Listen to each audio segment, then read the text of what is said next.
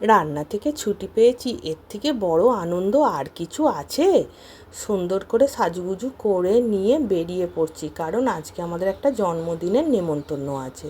চলে এসেছি, এসে দেখি এখনও কেক কাটিং হয়নি, আশীর্বাদ পর্ব হচ্ছে। সব বাচ্চাগুলো অধীর আগ্রহে দাঁড়িয়ে আছে যে কখন কেক কাটিংটা হবে।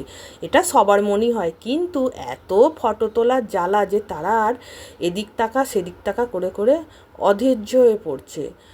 সবাই খাইয়ে দিচ্ছে, আমিও একটু ওকে খাইয়ে দিলাম, আশীর্বাদ করলাম ও বড় হোক, ভালো হোক, সুস্থ থাকুক, মানুষের মতো মানুষ হোক, এই কামনাই করি।